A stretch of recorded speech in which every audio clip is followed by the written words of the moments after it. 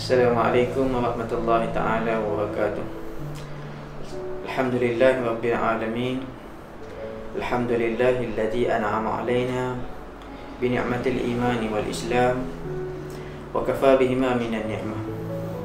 Wassalatu wassalamu ala asyrafil anbiya wal mursalin wa khatamin nabiyyin wa imamil mursalin Sayyidina wa habibina wa syafi'ina Muhammad sallallahu alaihi wa ala alihi wa sahbihi wa baraka wa sallam. Alhamdulillah, tuan-tuan yang dimuliakan oleh Allah Subhanahu wa taala. Hari ini kita nak bersembang lah, santai-santai sambil kita menghirupkan udara yang Allah Taala bagi pada kita. Alhamdulillah, yang ingin kita nak bincang pada hari ini, kita nak bincang, nak sembang santai tentang macam mana kita nak mendidik anak kita, macam mana kita nak jadikan keluarga yang anak-anak tu adalah di kalangan anak yang soleh dan solehah. Dan memang susah, benda ni memang susah. Nak cari anak yang berbakti pada ibu bapa memang benda yang susah. Kenapa susah? Kerana anak ni, apabila kita bagi benda yang kadang-kadang benda tu bagi kita nampak baik kan, kita bagi benda yang baik. Ibu bapa ni memang nak sentiasa nak benda tu baik lah untuk anak-anak. Tapi kadang-kadang anak ada yang faham, ada yang tak faham. Dan kadang-kadang kita sendiri pun kadang-kadang faham apa yang anak nak, kadang-kadang kita tak faham apa yang anak nak. Jadi untuk terbiah anak ni satu perkara yang sangat besar. Tapi kalau anak tu dapat diterbiah dengan cara yang Islam, cara yang diajar, maka anak tu akan bagi manfaat yang banyak pada kita. Dunia kita dapat manfaat dan akhirat pun kita akan dapat manfaat. Dan anak ni sebagai penyejuk mata. Anak ni sebagai penyejuk mata.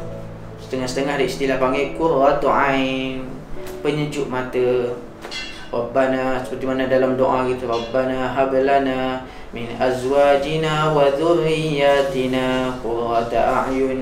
Ya Allah, berilah kepada kami, Rabbana hablana, berilah kepada kami, min azwajina, daripada anak-anak isteri kami, wa zurriyatina, dan zuriat kami. Beri apa?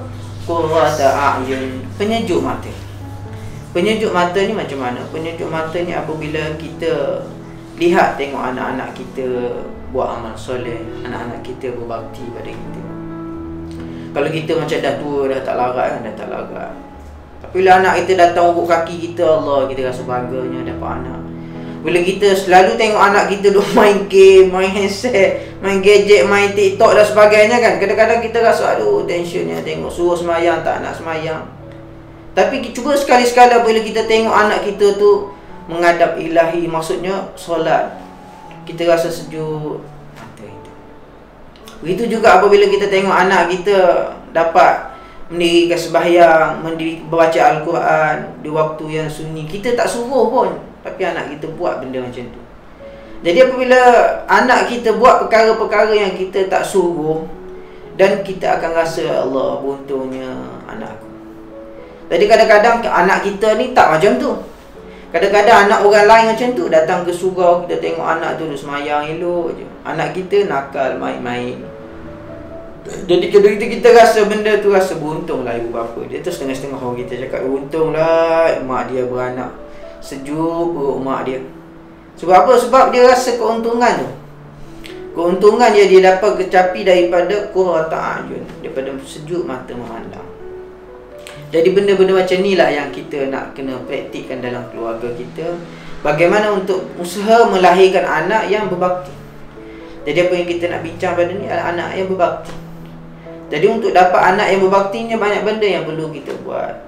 Banyak benda yang kita sebagai ibu bapa pun kena belajar. Kena belajar dan kena tahu macam mana cara nak didik, cara nak terbiah. Mafhum daripada satu hadis, anak ni dilahirkan dalam fitrah. Fitrah ni kosong. Fa'abawahu, ibu bapa lah yang mendidik anak dia tu dengan cara kehidupan Yahudi, maka jadilah anak tu cara kehidupan Yahudi. Jadi ibu bapanya sekira dia bawa cara kehidupan Nasrani, maka diterbiah anak-anak tu dengan kehidupan Nasrani. Tapi kita ni sebagai orang Islam, apabila kita terbiah anak kita dengan cara Islam, maka amal Islamlah kehidupan anak-anak. Itulah yang ditekankan oleh Nabi SAW kepada anak-anak dia, cucu-cucu dia. Nabi sentiasa memberi nasihat kepada sahabat-sahabat supaya jaga anak-anak. Yang Allah Ta'ala pun dah perintah dalam Al-Quran. A'udzubillahi minasyaitonirrajim. Ya ayyuhalladzina amanu qu anfusakum wa ahlikum nara.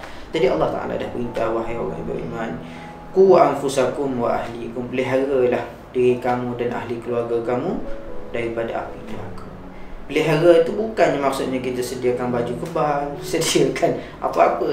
Maksud pelihara di sini kita tarbiyah ibu anak kita sehingga anak kita dapat menjadi satu orang yang berbakti dengan Allah, berbakti dengan Rasul, berbakti pada ibu bapa, dapat taat segala kebaikan. Itu setakat itulah untuk hari ini. Kita dapat sembang-sembang muzakarah sikit-sikit sebanyak. InsyaAllah nanti kita akan buat sambungan lagi pada episod-episod yang akan datang, insyaAllah. Wabillahi taufiq wal hidayah. Assalamualaikum warahmatullahi ta'ala wabarakatuh. Jangan lupa tunggu pada masa akan datang.